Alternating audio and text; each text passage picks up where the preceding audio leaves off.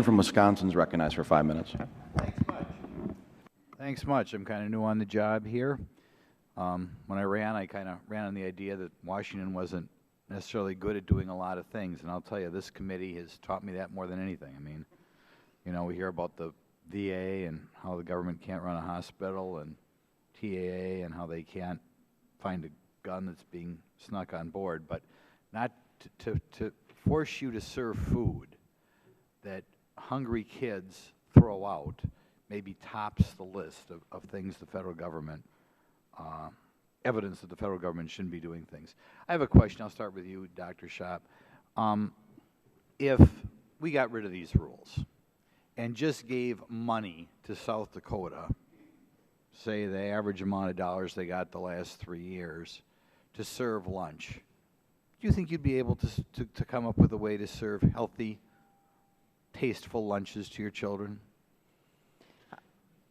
I want to emphasize again that I don't believe that the money is going to solve the issue of where our concerns are with the requirements of the program. So I don't know a person who is in the food service, as a food service director, that isn't passionate about making sure the kids are fed well, have healthy meals, et cetera. That's bottom line for all of this. Right.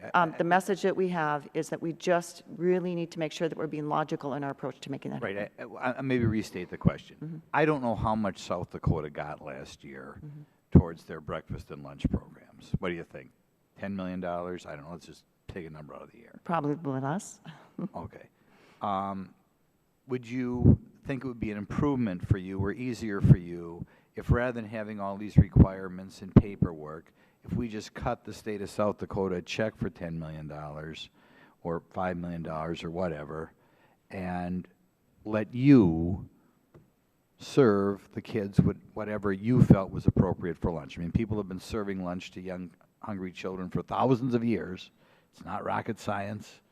You know, in elementary school, we learned, you know, fruits, vegetables, dairy, grain, meats, I mean, that sort of thing. Do you think you'd be able to handle it if we just cut you a check? Yeah, thank you. I believe that the concern is exactly what you're saying, is that this is not a one-size-fits-all program that we have across, and so I believe that individual states are able to make those decisions based on good practice, et cetera. So giving the state the dollars it would need, I believe that they could manage the program effectively, but still focusing on the fact that we need to serve the healthy meals to our children. Thank you. Same thing for you, Mr. Payne.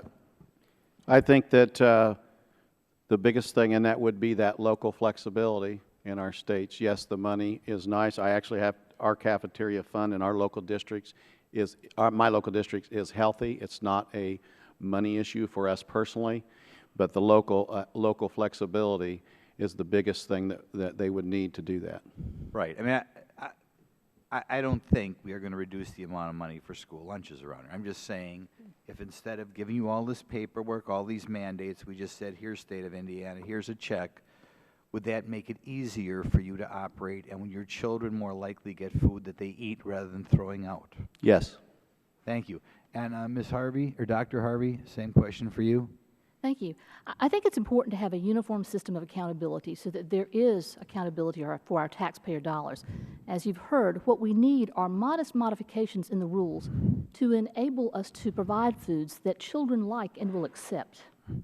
So you don't think you think North Carolina does need federal bureaucrats to tell your kids what to eat? We certainly would appreciate the flexibility from this body to make those modifications that we see are pertinent for those cultural food habits. Okay, I'll follow up from Congressman Scott's question. So in other words, you feel without these mandates, the people who run the North Carolina schools would wind up serving unhealthy, fattening foods to the kids? Not at all.